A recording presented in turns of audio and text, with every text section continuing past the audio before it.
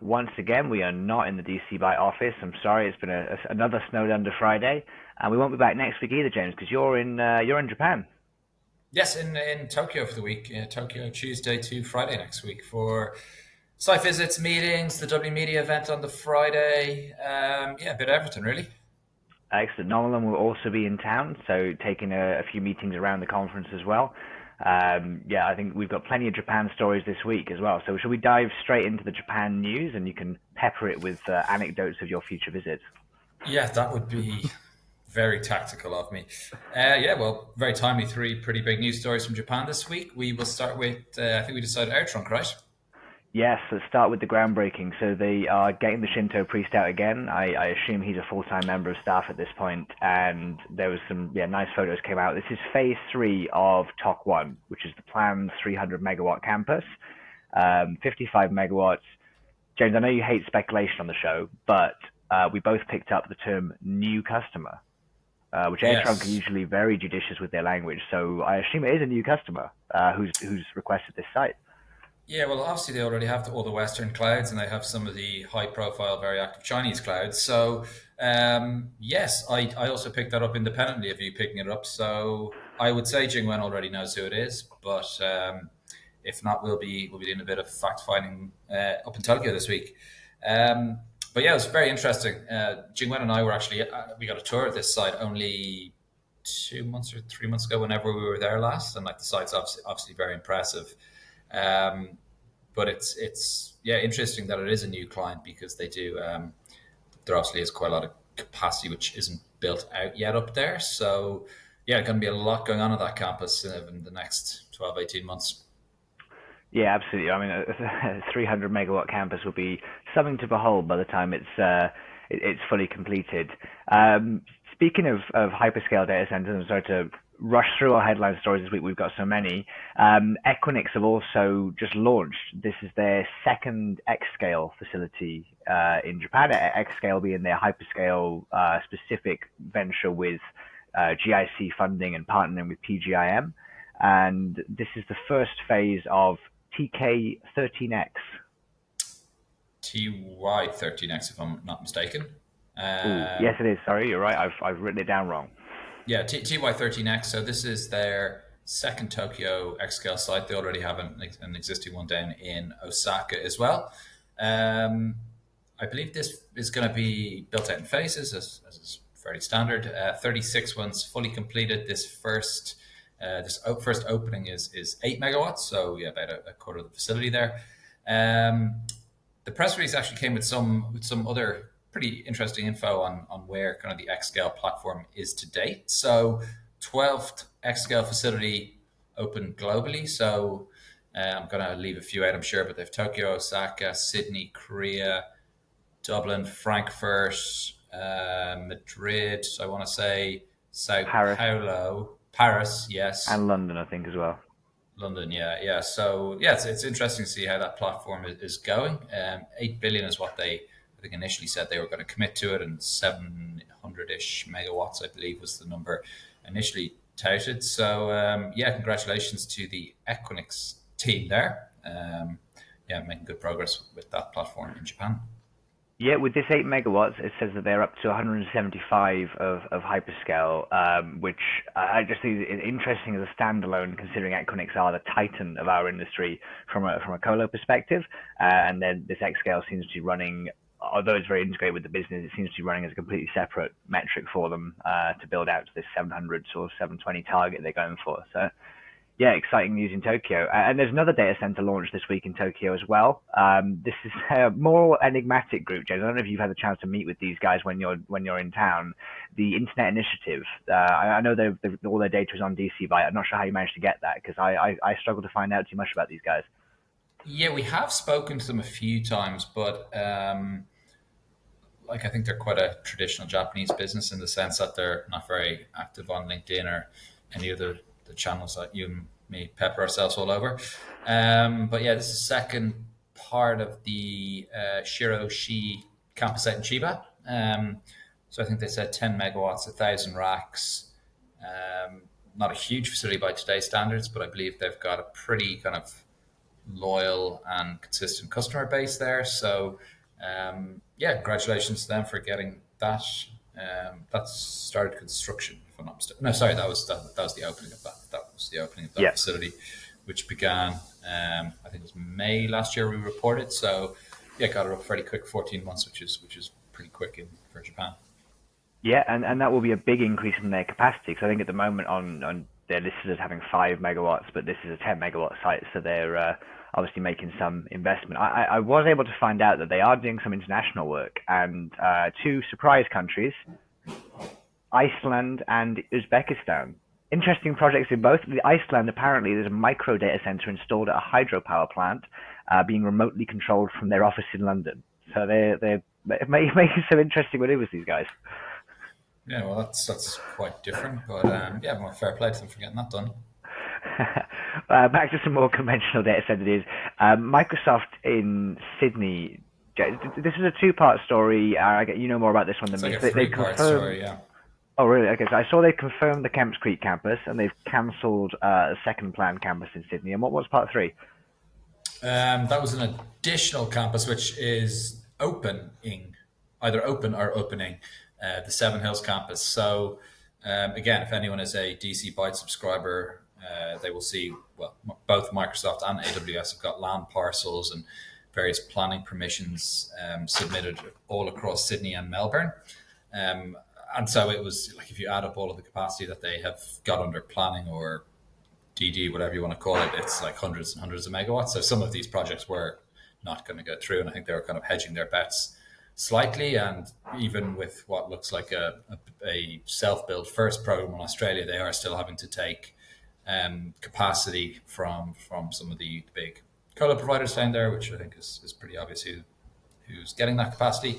Yeah, so the Kemps Creek, they had I suppose a meeting with the Indigenous leaders in the area to talk about how they can integrate some Indigenous art and features into the facility in Kemps Creek. So that looks like it's progressing through the planning stages, and that's going to be. I think the first stage is 96 megawatts, with the second stage being, well, once fully built out, I think it's going to be 190 megawatts in total.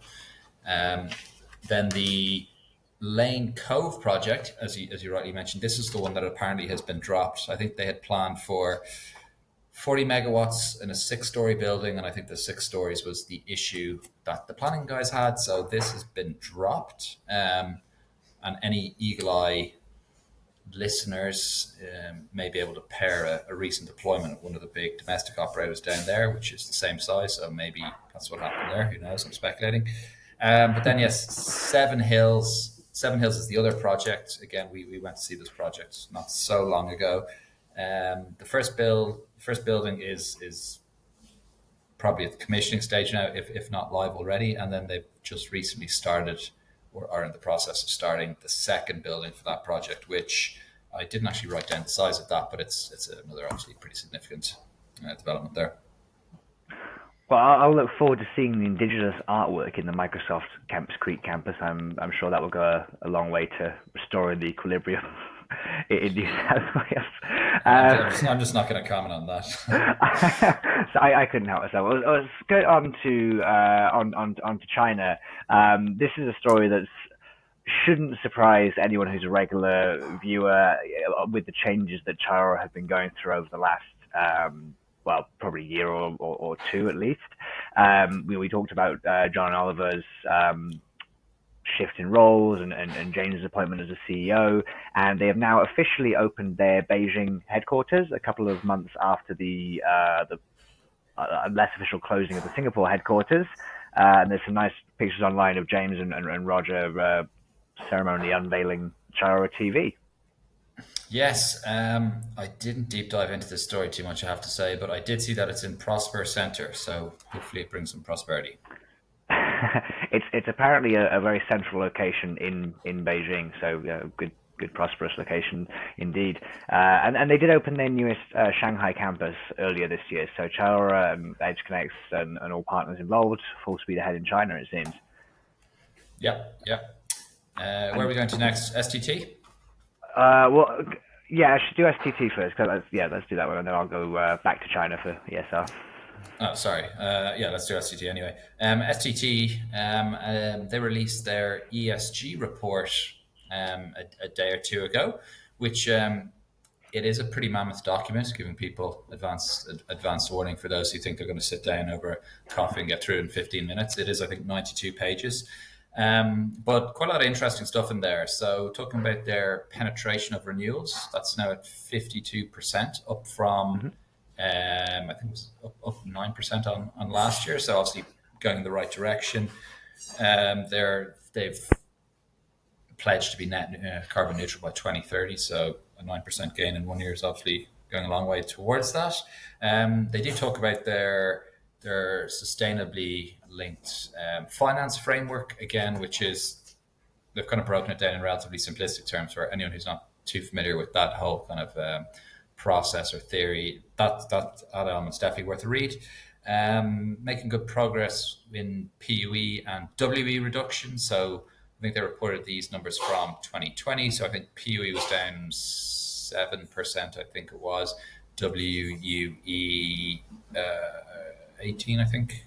Yes, 18 I've got here. 44% of their buildings are now green. A couple of other stuff, highlights in the social section. 1 in 3 of their leadership positions is filled by women now, which I think for the industry is very good going. Obviously, very male-dominated industry still. And 0 work-related injuries in 13.7 million man-hours, which I don't know anything about those kind of metrics, but it sounds like that's the kind of number you want to have. So just thought anyone want to have a look at that document? It's just on their webpage, pretty easy to find. And it's got some interesting stuff in there. Well, last year I was pretty scathing over their lack of Scope 3 emissions, but I will hesitate to mention that STT are not obliged to publish the ESG report at all. So this is something they're doing above and beyond the requirements for a private company. I think that deserves some credit. And we've only got a couple of minutes left. I did want to talk about some financial news from ESR before we head off. So this is an interesting one, just while we were on the topic of Japan earlier. So ESR, they've put up a $2 billion fixed credit vehicle. Effectively what they're doing is they're borrowing money from their investors at a fixed term.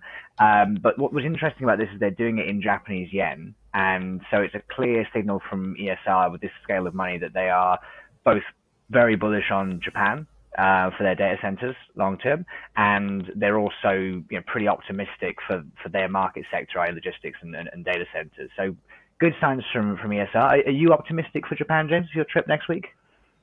Yeah, it's Jingwen and I have got tons lined up. Really busy. Going to see a couple of sites which we didn't manage to get to last year. So by the time we're done, we'll have seen anything of significance.